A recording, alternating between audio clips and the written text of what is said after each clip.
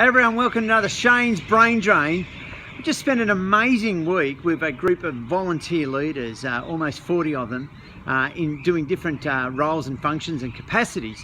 And I just wanted to share some observations I got out of that we can certainly apply to all areas of our life where we find ourselves as leaders or influencers.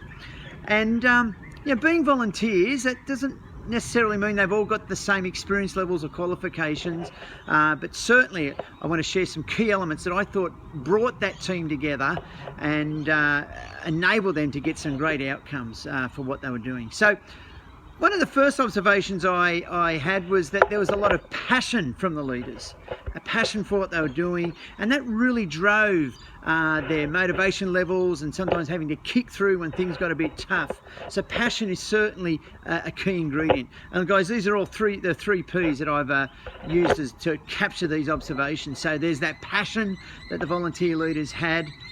And then the second one was the purpose.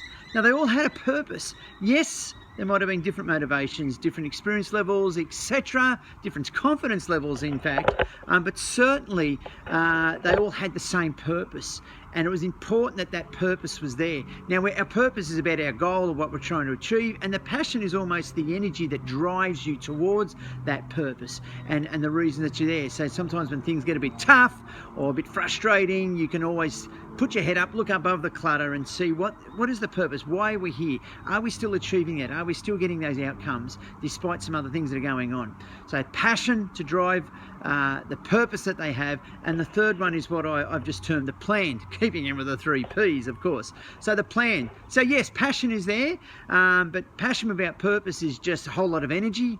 The purpose gives you that goal or that destination, but then you need to plan how to get there. If you just have a purpose and we know what that is, but we have no plan of getting there or how we might achieve that, it certainly just becomes some type of hocus pocus dream.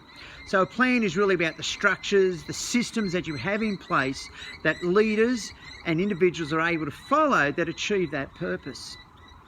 So let me just run through that again.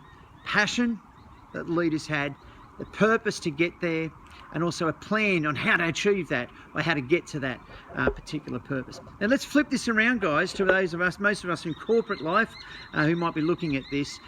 How do we apply that? Well, obviously you need that passion in the first place, do you not? You need to have a passion for what you're doing. You need to have a passion for the people that you lead, for the outcomes you need to achieve. If you don't have that passion, my goodness, you're probably in the wrong job. Fair to say? Probably in the wrong job. Secondly, that purpose. What is the purpose? Why are you there? Is it just to fill out forms and do reports once a week?